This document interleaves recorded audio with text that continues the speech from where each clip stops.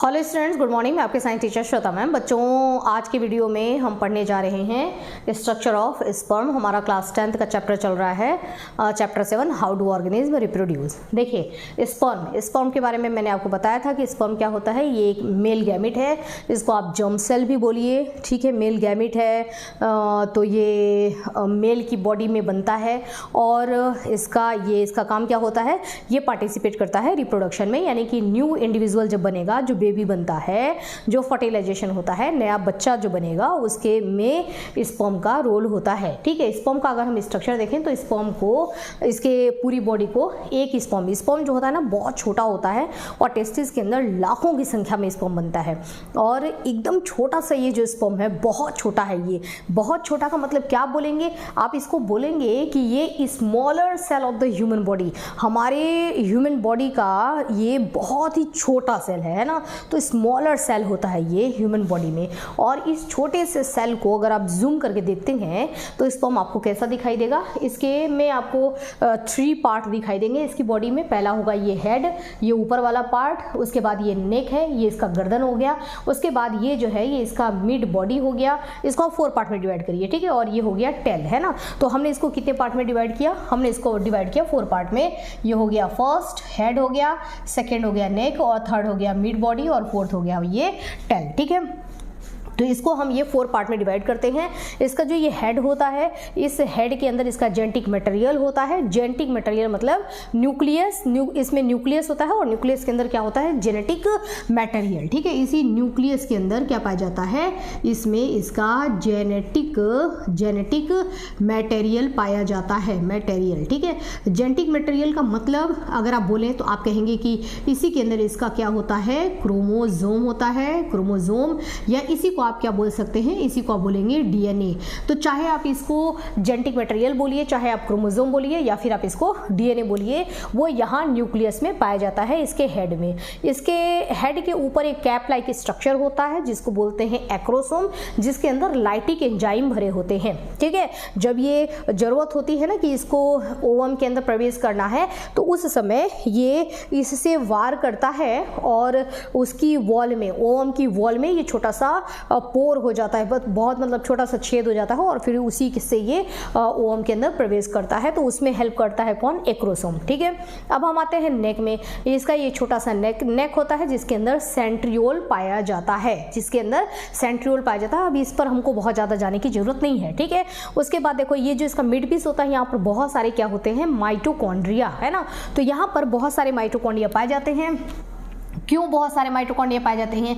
क्योंकि इस sperm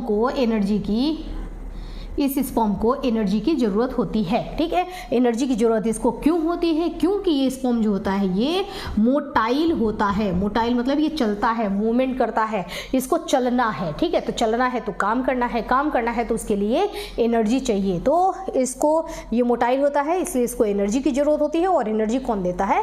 mitochondria, क्योंकि माइटोकॉन्ड्रिया को हम क्या बोलते हैं? Power house of the cell, है ना। तो ये इस सेल का पावर हाउस है जो कि एनर्जी बनाता है और प्रोवाइड कराता है, ठीक है। अब इसके पास क्या होता है? यहाँ पर लंबा सा, इसमें माइटोकॉन्ड्रिया की संख्या बहुत ज्यादा होती है, ठीक है। अब इसमें ये लंबा सा क्या होता है? टेल होता है। टेल जो कि मूवमेंट करने में हेल्प करता है ना, चलने में हेल्प करता है, ठीक है। तो ये टेल हो गया। तो ये हो गया स्ट्रक्चर ऑफ स्पर्म। मैंने बताया कि स्पर्म जो है ये क्या है? मेल गैमिट है, या आप इसको बोलिए कि ये जर्म सेल है ना। जर्म सेल मतलब कि मेल गैमिट और फीमेल गैमिट दोनों आते हैं जर्म सेल में, और मेल गैमिट है ये। जर्म सेल का ये मेल गैमिट है, और मेल गैमिट में का नाम क्या है? तो मेल गैमिट का नाम है स्पर्म, ठीक है। ये इसका नाम हो गया, ठीक है। अब हम देखते हैं ओवम के बारे में।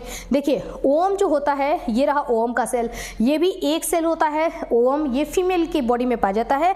तो ये क्या है? ये फीमेल गैमिट है। जर्म सेल तो ये भी है, ठीक है। हम कहेंगे कि जर्म सेल तो हमारा ये भी है, लेकिन ये कौन सा जर्म सेल है? तो आप बोलिए कि ये कौन सा गैमिट है? तो आप बोलेंगे कि ये क्या है? ये फीमेल गैमिट है ना। ये फीमेल गैमेट, ये फीमेल गैमेट होता है और इस फीमेल गैमेट का नाम क्या है? ओवम। तो जर्म सेल दोनों ही होते हैं, मेल गैमेट भी और फीमेल गैमेट भी, ठीक है। ओवम, ओवम का स्ट्रक्चर आप देखेंगे, ओवम जो होता है ये केवल एक ही बनता है, ये लाखों की संख्या में बनते हैं और ये फीमेल की बॉडी में केवल एक ही बनता है। ओवम की साइज बहुत बड़ी होती है, ये बहुत छोटे हैं और इनकी साइज बहुत बड़ी होती है। ये largest cell in the human body है ना, ह्यूमन बॉडी के अंदर ये लार्जेस्ट सेल होते हैं, बहुत बड़े सेल ये होते हैं, ठीक है। अब जर्म सेल की रिप्रोडक्टिव ऑर्गन में देखा जाए तो ये बहुत बड़े सेल होते हैं, ओके। इसमें न्यूक्लियस पाया जाता है, साइटोप्लाज्म इसके अंदर होता है, ठीक है। इसमें सेंट्रियोल्स नहीं पाया जाता है और ये मूव नहीं कर सकता। आपको इसमें टेल दिखाई दे रहा है? नहीं, तो इसमें मूवमेंट नहीं होता है, ठीक है। मूवमेंट इसमें नहीं होता है, बस इसके अंदर बहुत ज़्यादा फूड मटेरियल होता है, क्योंकि इसको जितने देर तक इंतजार करना है मेल गैमेट का, उतने देर के लिए इसके अंदर फूड मटेरियल होना चाहिए। और अगर इसको स्पर्म आ गया तो फिर आगे के सेल डिवीजन के लिए, आगे के प्रोसेस के लिए भी इसको क्या चाहिए? फूड मटेरियल की जरूरत होगी। तो इसके अंदर बड़ा होता है और बहुत सारे इसके अंदर खाना भरा होता है, ठीक है। अब हम स्पर्म और ओवम दोनों के बीच का डिफरेंस देख लेते हैं। देखो, it is male gamete. Sperm हमने देख लिया कि स्पर्म क्या है, ये मेल गैमेट होता है प्रोड्यूस्ड इन द टेस्टिस में। ये बनता कहाँ है? तो ये मेल के अंदर मेल रिप्रोडक्टिव ऑर्गन होता है टेस्टिस, ठीक है। इसी टेस्टिस के अंदर बनता है, ठीक है। Contain x and y chromosome. इसके अंदर जो क्रोमोसोम होता है, मैंने यहाँ पर बात किया ना क्रोमोसोम की, तो इसमें जो क्रोमोसोम होता है ये दोनों तरीके के 50% इसमें जो ये स्पर्म जो बनते हैं, जो 50% स्पर्म बनेंगे वो एक्स क्रोमोसोम वाले होंगे और 50% जो क्रोमोसोम जो ये बनेंगे स्पर्म, ये वाई क्रोमोसोम वाले होंगे, ठीक है। तो इसमें एक्स क्रोमोसोम वाले और वाई क्रोमोसोम वाले दोनों तरीके के यहाँ पर स्पर्म बनते हैं, ठीक है। लेकिन अगर हम ओवम की बात करें तो ओवम ये जो है, इसके अंदर केवल एक ही प्रकार का क्रोमोसोम होता है और वो होता है एक्स क्रोमोसोम, ठीक है। इसमें एक ही बना ही है और वो भी किसका कैसा रहेगा? वो एक्स क्रोमोसोम वाला रहेगा, ठीक है। नेक्स्ट है, इसमें सेंट्रियोल प्रेजेंट होता है। आपने देखा यहाँ पर सेंट्रियोल है, इसका अपना फंक्शन है, तो इसमें सेंट्रियोल प्रेजेंट होता है, जबकि इसमें सेंट्रियोल एब्सेंट होता है। ये स्मॉलर सेल होते हैं, ये मेल बॉडी के सबसे छोटे सेल होते हैं, ये बहुत ही छोटे होते हैं। और ये क्या होते हैं? ये लार्जेस्ट सेल होते हैं, काफ़ी बड़े सेल होते हैं, ठीक है। ये मोटाइल होते हैं, है ना। ये क्या होते हैं? मोटाइल, मतलब बहुत ये मूवमेंट इनमें होता है। और ये क्या होते हैं? नॉन मोटाइल होते हैं, इनमें मूवमेंट नहीं होता।